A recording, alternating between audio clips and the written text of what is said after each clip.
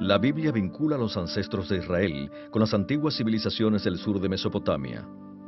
Originalmente, estos vinieron de la ciudad de Ur, que era una de las ciudades más antiguas de la región llamada Sumer. Los sumerios crearon las primeras ciudades-estado en Mesopotamia hace más de 5000 años. Inventaron el sistema de escritura cuneiforme y dieron origen a una de las literaturas más antiguas del mundo. Algunos académicos les acreditan además invenciones tales como el torno de alfarero, el barco, la rueda, la carreta y el arado.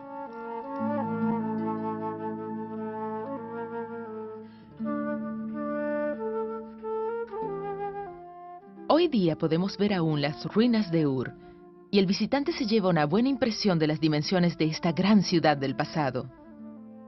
Aunque algunos de sus templos han sido excavados, la mayoría de ellos yace todavía bajo la arena.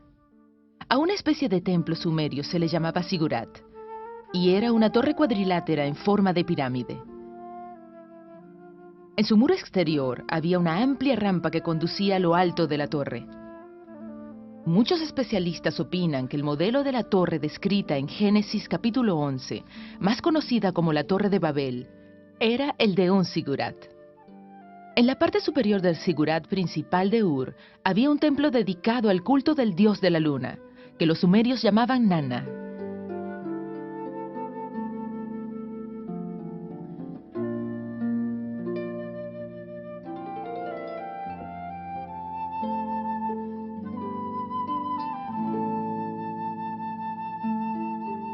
El relato bíblico describe a Abraham como un nómada o seminómada, lo que significa que, según las estaciones, Abraham iba de uno a otro lugar en busca de pastos y de agua para sus rebaños y manadas.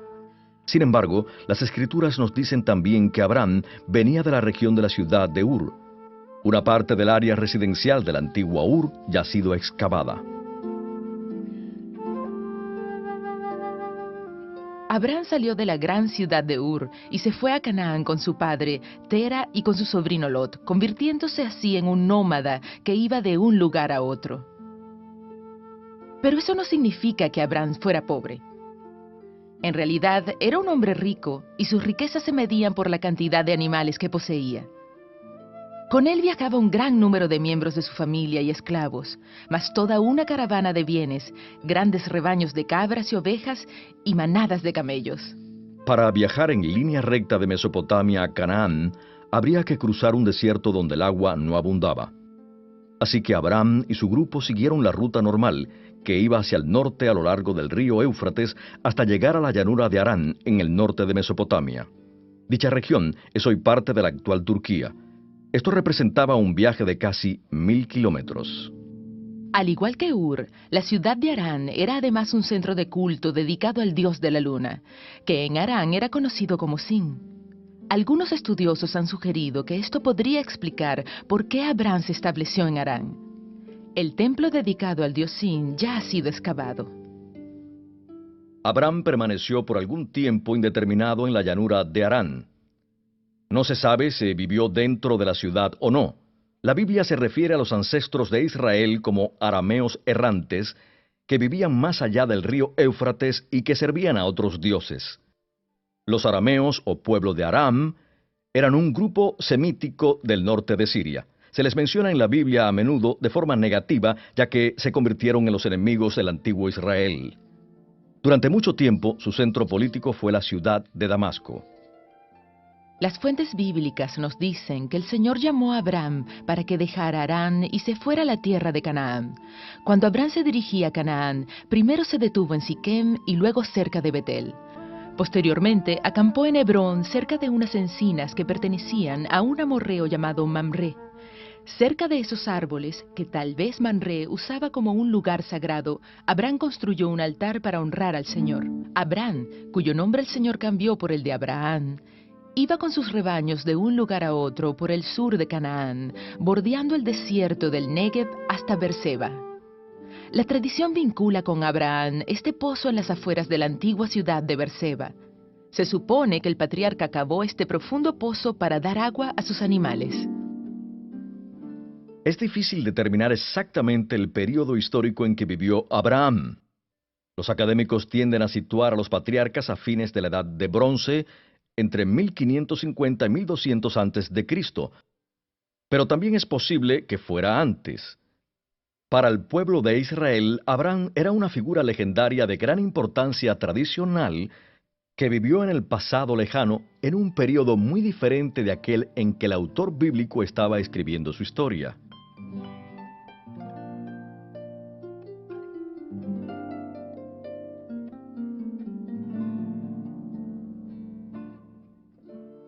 Las narraciones del Génesis con frecuencia mencionan que los cananeos poseían la tierra. El principal aliado de Abraham era un amorreo llamado Manré. Los amorreos eran también un pueblo semítico. Originalmente eran tribus nómadas de los desiertos orientales establecidos al norte de Siria. A fines de la Edad de Bronce se mezclaron con la población local de Siria y de Canaán. En la Biblia, el término amorreo se usa algunas veces en un sentido general para designar a los primeros habitantes de Canaán, el pueblo de la tierra.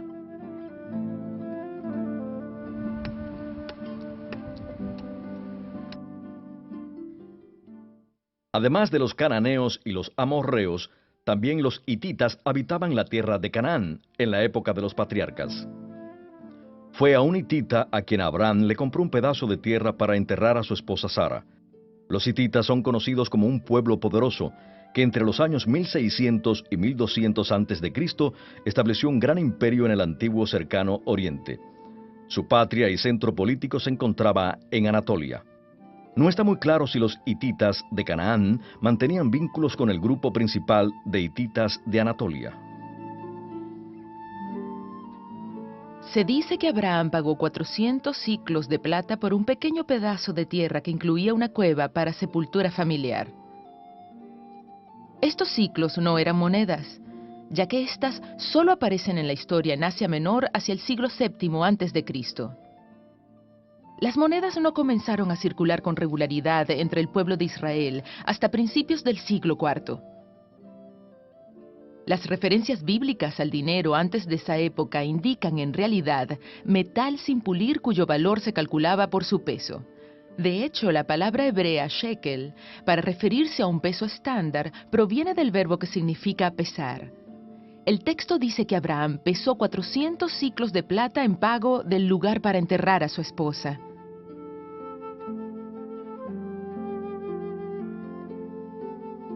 En el antiguo Canaán, el cuerpo de una persona ordinaria no se preparaba mucho antes de enterrarlo. Se lavaba el cuerpo y se le aplicaban especias, ya fuera para conservarlo o para evitar el mal olor. Luego se cubría con la misma ropa del muerto o se envolvía en un manto. Las condiciones del entierro variaban según la condición social de la familia. Los grupos nómadas, como los de los patriarcas, enterraban el cuerpo solo bajo una pila de piedras o cerca de algún punto de referencia a lo largo de su ruta. Las personas con morada fija tenían también lugares de entierro más permanentes. Los más pobres no hacían más que cavar un hoyo poco profundo donde ponían el cuerpo y luego cubrían el hoyo con piedras. Los más ricos tenían tumbas en cuevas o en cortes de roca, fuera del área de asentamiento, pero no lejos de esta. Esas eran tumbas familiares y se usaban por varias generaciones. Después de que el cuerpo era colocado en una tumba o cueva, podía ser una atracción para los animales del área.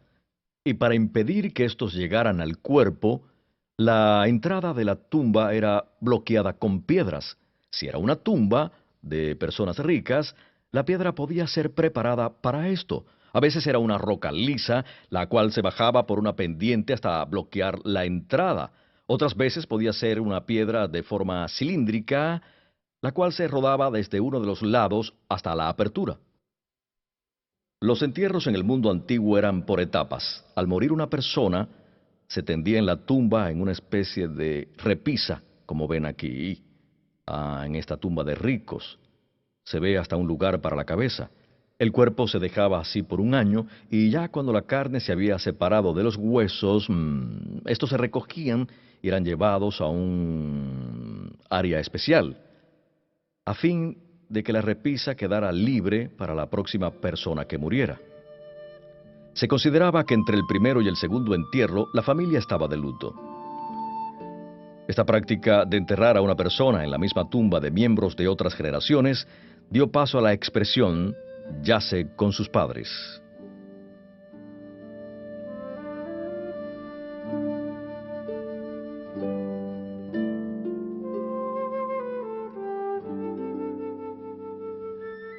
Con el cuerpo se enterraban también algunas posesiones personales. Por lo general simbolizaban quién había sido en vida la persona, pero algunas de ellas pueden haberse enterrado con la intención de que en la otra vida esa persona se consolara o para alejar a los espíritus malignos. A veces se ponían lámparas de aceite a la cabeza del cadáver junto con comida y bebida. El período de luto comprendía muchos rituales, algunos de los cuales consistían en rasgarse la ropa, usar una tela pesada y burdamente tejida, conocida como arpillera, y echarse polvo o ceniza en la cabeza. Los dolientes usaban ropa negra, se quitaban todos los adornos y andaban descalzos. En la historia de Judá y Tamar, narrada en Génesis 38, se mencionan el período de duelo y la vestimenta especial de la viuda. El luto se relacionaba también con varios movimientos físicos. Algunos de ellos consistían en llorar y ayunar, golpearse el pecho, levantar las manos al cielo y entenderse o sentarse en el suelo y guardar silencio, con los labios cubiertos y la cabeza inclinada.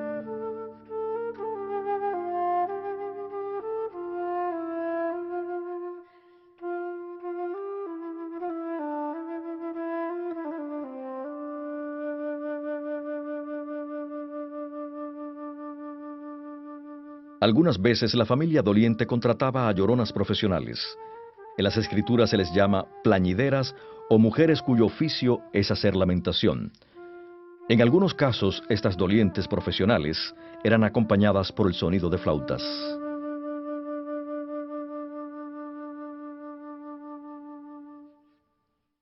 Abraham emigró a un territorio donde la precipitación anual varía grandemente de una región a otra.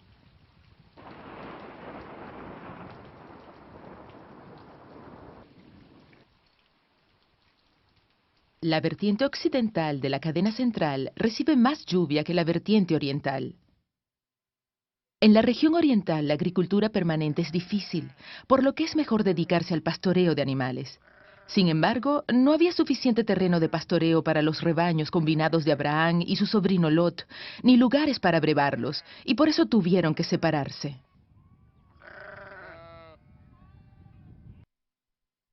En una amplia llanura, al sur del Mar Muerto, había varias ciudades. El libro del Génesis dice que esta llanura era verde y fértil. Las ciudades más prominentes eran Sodoma y Gomorra, pero había otras dos, Admá y Seboim. Lot, el sobrino de Abraham, optó por vivir en la ciudad de Sodoma. Génesis 19 describe la gran destrucción de esta llanura por el juicio de Dios. Y el Deuteronomio refleja los resultados de esto. Verán que todo el país no es más que azufre, sal y tierra quemada. No se podrá sembrar en esa tierra, ni siquiera una hierba podrá crecer en ella.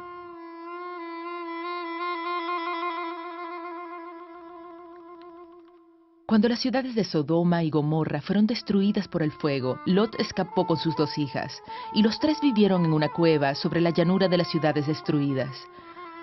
Posiblemente las dos hijas de Lot estaban comprometidas o ya eran casadas. Sus esposos se habían rehusado a dejar Sodoma. De las relaciones sexuales que ellas tuvieron con su padre, dieron a luz dos hijos, Moab y Ben-Amí. Los moabitas y los amonitas, que posteriormente habitaron el área de Transjordania, se convertirían en enemigos de Israel.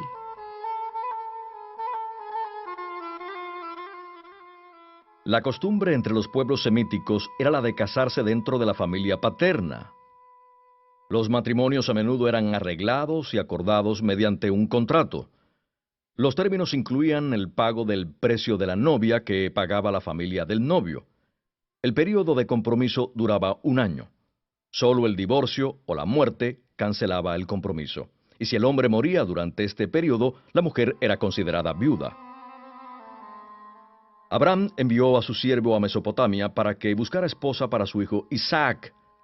Allí el siervo halló a Rebeca, que era nieta de Nahor, el hermano de Abraham. Abraham tuvo que pagar por la novia a la familia de Nahor. Cuando Rebeca aceptó convertirse en la esposa de Isaac, recibió de Abraham un regalo especial de bodas que consistía en joyas de plata y oro y vestidos, lo cual era una excepcional muestra de generosidad por parte de Abraham.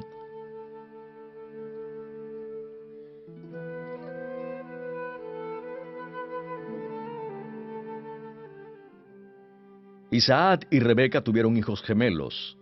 Esaú nació primero y era el principal heredero de las riquezas de Isaac. El segundo hijo, Jacob, engañó a su padre ciego, fingiendo ser Esaú, y así obtuvo la bendición ancestral que por tradición le correspondía al primogénito.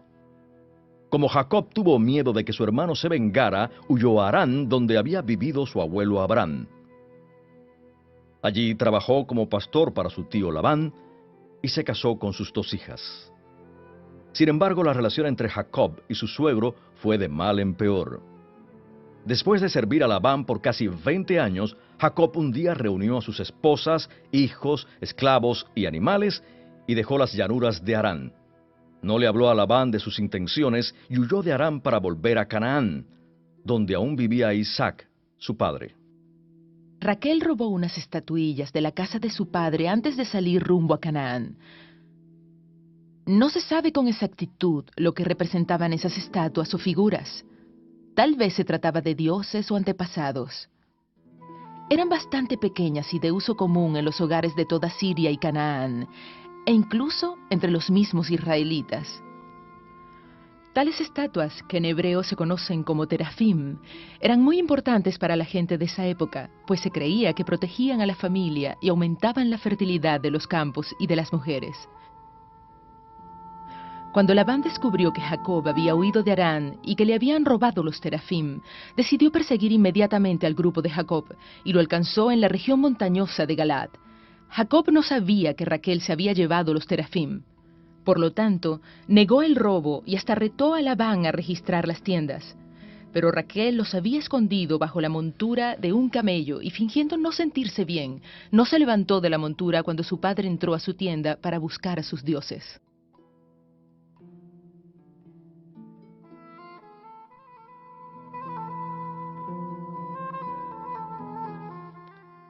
Las peleas entre Labán y Jacob nos ayudan a entender la gran hostilidad que existía entre israelitas y arameos tiempo después. El relato del libro de Génesis contiene los antecedentes de las relaciones históricas y políticas entre Israel, sus rivales y vecinos, tal como sucedió después entre los años 1000 y 400 a.C. Todas las narraciones repiten lo mismo: rivalidad entre hermanos y otros familiares. El engaño y los trucos son predominantes. Los académicos llaman a estos relatos etiológicos, o sea que explican el origen de una situación real. Jacob informó a su hermano Esaú de su regreso a Canaán. Según esta narración, Esaú tomó 400 hombres y desde el sur fue al encuentro del grupo de Jacob. Esaú vivía en la región de Seir, en lo que ahora se conoce como el sur de Jordania. Los 2 hermanos se encontraron cerca de un arroyo o lecho seco de un río llamado Jaboc, que podemos ver detrás en la distancia. Allí, la noche antes, Jacob cambió su nombre por el de Israel luego de luchar toda la noche con un misterioso ser divino. Los hermanos se separaron después y cada uno siguió su camino. Esaú regresó a su hogar en Seir, y Jacob prosiguió hacia Canaán, donde se estableció en la cordillera central, cerca de la ciudad de Siquem. De estos 2 hermanos descenderían 2 naciones rivales, Edom e Israel. Selá era la capital del reino edomita. Los edomitas eran descendientes de Edom, hijo de Isaac. A menudo aparecen en las escrituras como enemigos de Israel. El rey David conquistó el reino edomita, pero después de más de 100 años, lograron librarse del dominio de los reyes de Judá. En el siglo IV a.C. perdieron la mayoría de su territorio contra los nabateos.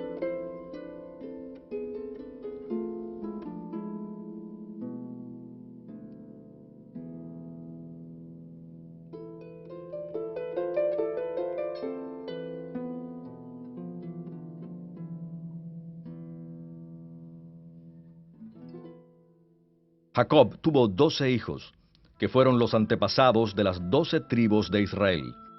En el libro de Génesis hay narraciones que hablan de la rivalidad entre los 12 hermanos. La historia de José, a quien sus hermanos vendieron como esclavo, es el ejemplo más extenso sobre la rivalidad entre hermanos. Estaban celosos, porque José era el hijo favorito de Jacob. Probablemente por los muchos años seguidos de poca precipitación, Canaán sufrió hambrunas. Esto era un peligro recurrente en una tierra situada al borde del desierto. Las circunstancias eran semejantes a las que enfrentó Abraham cuando salió hacia Egipto, poco después de llegar a Canaán. Los hijos de Jacob también se fueron a Egipto con sus familias y animales para escapar del hambre en la tierra de Canaán. José, el hermano que había sido vendido como esclavo, había llegado a ser el gran visir o primer ministro del rey de Egipto. Algunos académicos fechan esos eventos en la época en que Egipto fue dominado por unos reyes extranjeros a quienes llamaban Hicsos. Ellos no eran egipcios y su origen es oscuro. Tal vez hablaban una lengua semítica. Los Hicsos conquistaron Egipto hacia el 1700 a.C. y lo dominaron más de un siglo. Es posible que José haya servido en la corte de uno de los últimos reyes Hicsos. Los Hicsos habían construido su capital en la región noreste del delta del Nilo. El nombre de su capital era Avaris. Si la fecha es precisa al citar la historia de José, entonces habrá sido aquí donde José vivió y trabajó. Sin embargo, existe aún mucha incertidumbre en cuanto a las fechas de José y de los patriarcas. En la actualidad, es casi imposible ver en un lugar llamado Tel Ebdaba las ruinas de la capital de los Hicsos. Hacia 1550 a.C., los Hicsos fueron expulsados y una nueva dinastía de egipcios tomó el poder. Los descendientes de Jacob en Egipto, a veces llamados hebreos, aumentaban y se hacían más y más un factor de riesgo para los nuevos gobernantes. El primer capítulo del Éxodo describe el ascenso al trono de un rey que no había conocido a José. Tal vez esto refleja el hecho de que allí gobernaba una nueva dinastía, la cual no había tenido a José como primer ministro. El rey, más conocido por el título egipcio de Faraón, decidió imponer a los hebreos trabajos muy duros, y para limitar su crecimiento, ordenó que todos los recién nacidos fueran matados. Los nuevos gobernantes de Egipto establecieron su capital en Menfis, a orillas del río Nilo, a pocos kilómetros al sur de lo que hoy es el Cairo. Todo parece indicar que Moisés creció allí en la corte real. El faraón de los primeros 2 capítulos del Éxodo fue tal vez Ramsés II, quien logró restablecer el control de Egipto sobre la tierra de Canaán y el sur de Siria. Ramsés II construyó una nueva capital en el delta oriental, la ciudad de Pi-Ramsés, que fue llamada así en su honor.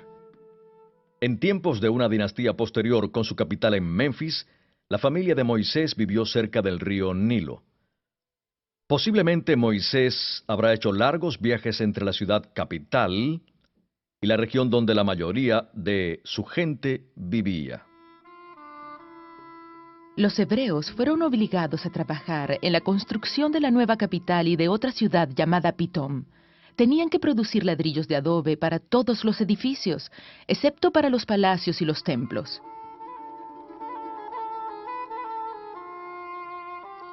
Los edificios más importantes se construían con piedra, la cual era transportada en bote desde el Alto Nilo.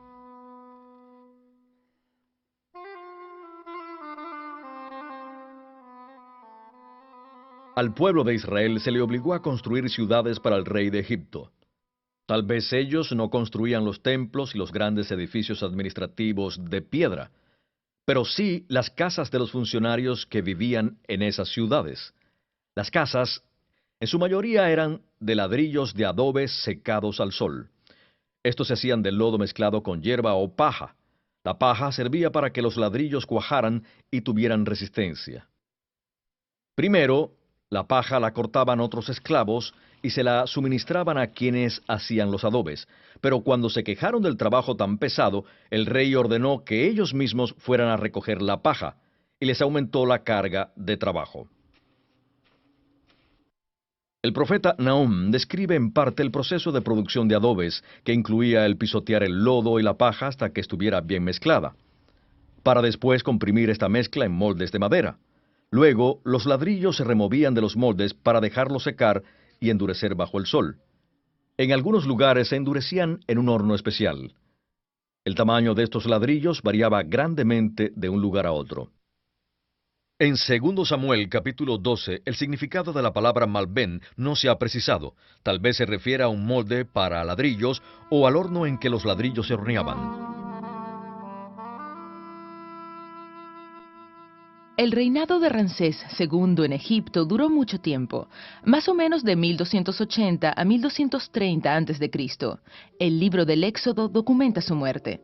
Fue a otro faraón a quien Moisés y Aarón pidieron permiso para que el pueblo hebreo fuera al desierto a ofrecer sacrificios a su Dios. A simple vista, esto era una petición razonable, pero viniendo de un grupo de esclavos sometidos a trabajos forzados, se entiende que el rey tuviera desconfianza. Las fuentes egipcias mencionan que un pueblo llamado Apiru trabajó en la construcción de las ciudades. El término Apiru era de carácter sociológico para pueblos en Canaán, Siria y el norte de Mesopotamia, que no tenían tierras hereditarias y que servían como soldados.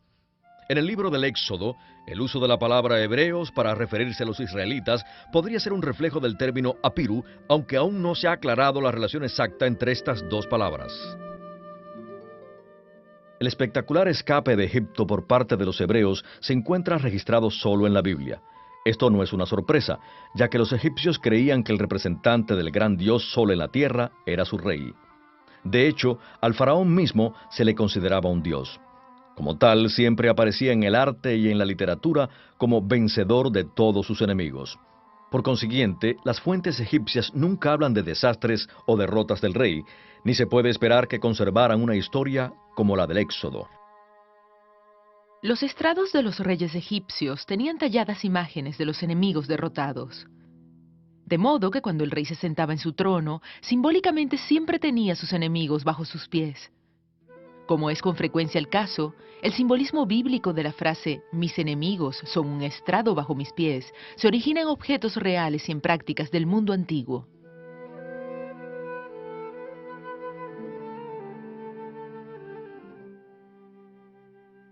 Los esclavos israelitas se unieron y se pusieron bajo el mando de Moisés y juntos cruzaron el mar de los juncos, según el relato del libro del Éxodo.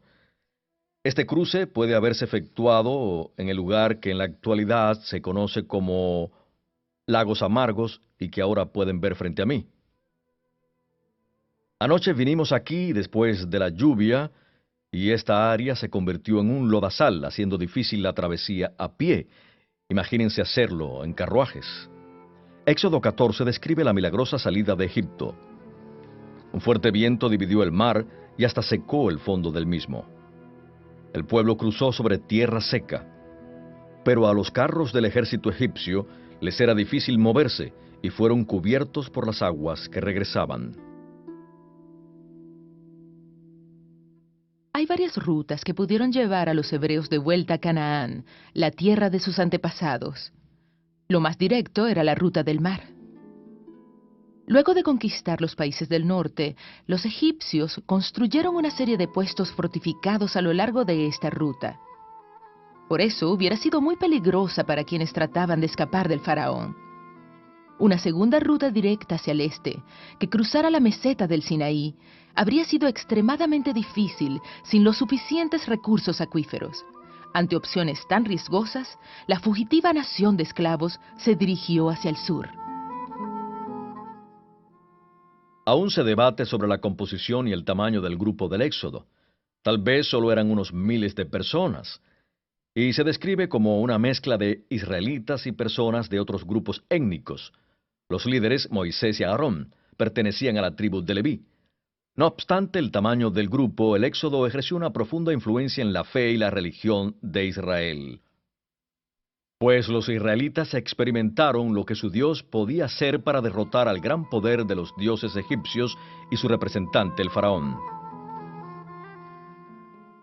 A partir de este punto en la historia israelita, quien en verdad había dado en Egipto muestras de su poder, fue la fe en el Señor, lo que en realidad hizo que el pueblo se mantuviera firme en los tiempos difíciles. Es difícil reconstruir la ruta que el grupo del Éxodo siguió a través del desierto desde Egipto hasta Canaán. No contamos con una descripción cronológica y completa de la ruta y no podemos identificar con certeza el nombre de los lugares que las fuentes bíblicas mencionan. Esas fuentes hacen notar que los israelitas permanecieron durante largos periodos en 3 áreas específicas, cerca del monte Sinaí, ubicado posiblemente en la parte sur de la península, en el oasis de Cades Barnea, donde comienza el Negev, y alrededor del monte Or, que tradicionalmente ha sido ubicado en el área de la cordillera de Seir, al sureste del Mar Muerto. Sin embargo, son muchos los estudiosos que piensan que el monte Or estaba mucho más cerca de Cades Barnea. Los israelitas siguieron por la costa. La parte sur de la península del Sinaí es montañosa, así que la franja de la costa ofrecía la mejor ruta. Después de recorrer cierta distancia hacia el sur, el grupo se dirigió tierra adentro, siguiendo la ruta natural que ofrecían los amplios cauces de arroyos secos o wadis. Para un grupo grande resulta muy difícil viajar por una zona tan árida y se tiene que planear con mucho cuidado el paso de una fuente de agua a la siguiente. Después de semanas de viaje por el desierto, Moisés guió su pueblo a una montaña, donde más tarde recibiría los mandamientos de Dios. Esta se conoce como la montaña del Señor, aunque en otros libros del Antiguo Testamento es también llamada Monte Sinaí o Monte Horeb. Todos son el mismo lugar. De hecho, no se sabe hoy día dónde está exactamente. Esta montaña es una de las candidatas y hoy es conocida como el Monte Sinaí. En árabe se conoce también como el Monte de Moisés. Tiene una altura de 2.200 metros sobre el nivel del mar y llegar a la cumbre requiere mucho esfuerzo. De hecho, ahora mismo tenemos nieve y hace bastante frío.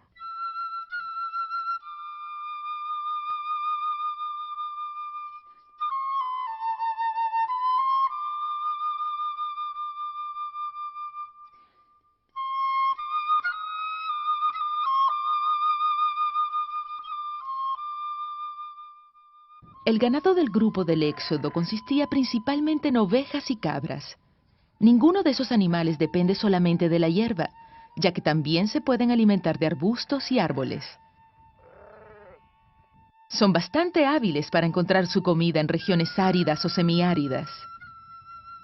Los rebaños proporcionan a sus dueños leche y ocasionalmente carne. Es evidente que también era necesario contar de vez en cuando con algún otro tipo de comida, y tal necesidad se refleja en el relato bíblico. Los israelitas permanecieron mucho tiempo en el monte Sinaí. Habían hecho una alianza con el Dios que los había rescatado del rey de Egipto. Además, allí construyeron un santuario que en su continuo deambular fácilmente podían desarmar y trasladar de un lugar a otro. Del Sinaí partieron hacia el norte a través de wadis y de terreno arenoso hasta llegar al gran oasis de Cades Barnea. Este oasis se encuentra entre los desiertos del Negev y del Sinaí. Los israelitas acamparon en este lugar durante muchos años. Un oasis es una fuente de agua y en algunos casos provee plantas comestibles en un área bastante desértica. Cades Barnea era tal vez semejante a estos oasis, y había allí agua y palmeras de dátiles.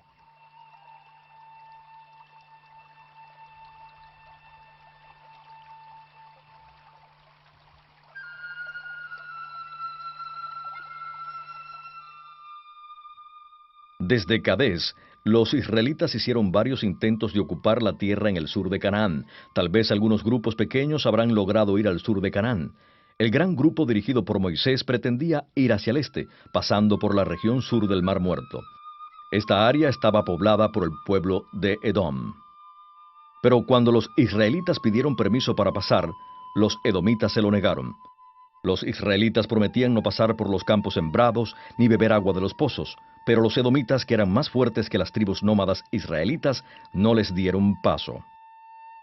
Otro intento de ir a Cades hacia el norte se encontró con la oposición del rey de Arad, en la región del Negev. No mucho después, los israelitas lograron vencerlo y destruyeron Arad, llamando a ese lugar Hormá, que significa destrucción.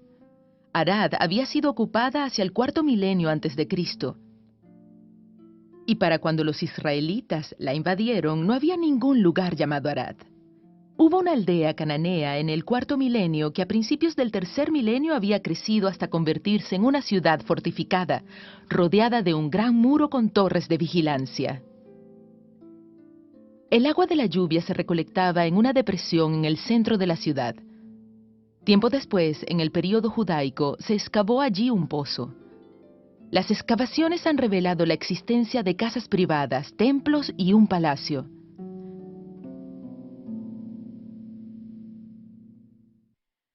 En parte porque el clima era cada vez más seco, la ciudad cananea fue abandonada alrededor del 2650 a.C. y el lugar permaneció sin ocupar durante casi 1500 años. Arad no se menciona en la Biblia después de la invasión israelita, pero las excavaciones muestran que el asentamiento israelita comenzó aquí en el siglo XI. Unos 100 años más tarde, en la época de Salomón, la ciudad fue fortificada y resguardaba la ruta que iba de norte a sur a través del valle de Arabá.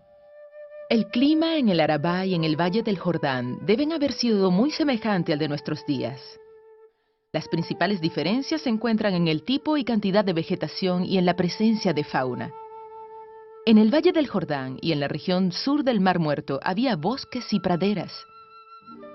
Había también grandes cantidades de gacelas y de otros mamíferos que proveían bastante carne a los cazadores.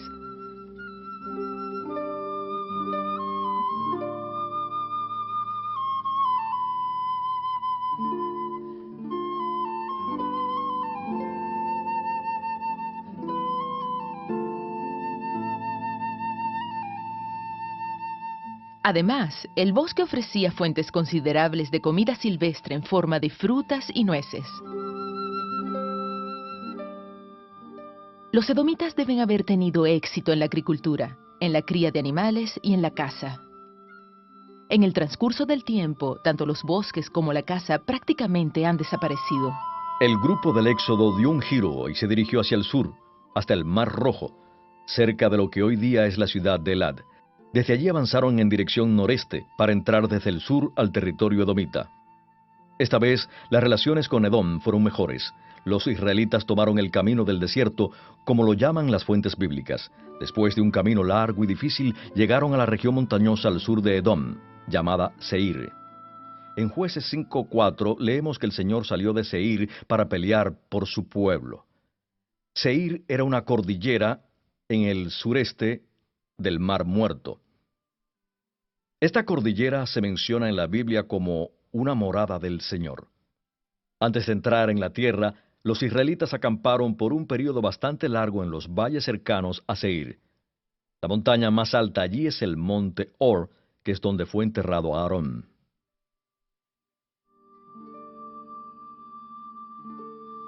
Hasta el día de hoy, toda esta área montañosa es árida, y en el verano es además extremadamente seca.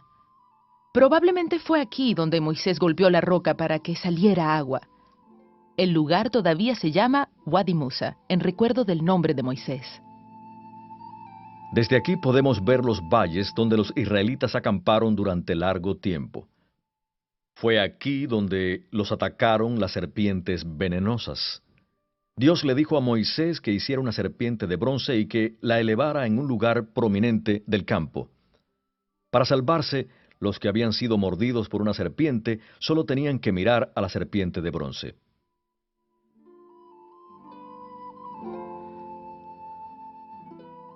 Dios le dijo a Moisés que llevara a Aarón y a su hijo Eleazar a la cumbre del monte Or. Los tres subieron a la montaña, y allí Moisés le quitó a Aarón la ropa sacerdotal. Aarón murió. Moisés le puso a Eleazar la ropa de sacerdote, y éste reemplazó a su padre como sumo sacerdote de Israel. El grupo del Éxodo partió de la cordillera de Seir en dirección norte, por la Vía del Rey, que se extiende por toda la cadena montañosa hasta llegar a un amplio arroyo. Este arroyo servía de frontera entre los edomitas y la tierra de Moab. La Biblia llama a este arroyo Sered, y en la actualidad se conoce como Wadi Haza. Los israelitas querían cruzar por la tierra de Moab. y contactaron al rey de los amorreos, quien controlaba la tierra y el pueblo de Moab. Le pidieron permiso para cruzar su país por la vía del rey que atravesaba su territorio. Le prometieron mantenerse en el camino del rey y que no entrarían en los campos ni tomarían agua de sus pozos. Cuando el rey amorreo les negó el permiso, los israelitas tuvieron que quedarse en el arroyo. Esto los obligó a ir en dirección oeste en lugar de ir al norte como querían. También es posible que hayan vuelto hacia el este, cruzando el arroyo y usando el camino del desierto al este de Moab para volver al desierto. Los israelitas fueron hacia el norte. Cuando el rey amorreo les impidió el paso, los israelitas pelearon contra varios ejércitos amorreos y los derrotaron, conquistando así las mesetas transjordanas de Amón y Galaad. Finalmente los israelitas acamparon en el valle del Jordán, cerca del monte Nebo. La Biblia llama a esta región las llanuras de Moab. Fue precisamente aquí, al este del río Jordán, donde el pueblo de Israel experimentaría un cambio. Moisés ascendería al monte Nebo para morir allí, y Josué, el nuevo líder, guiaría a algunas de las tribus de Israel a la tierra donde antes habían vivido Abraham, Isaac y Jacob.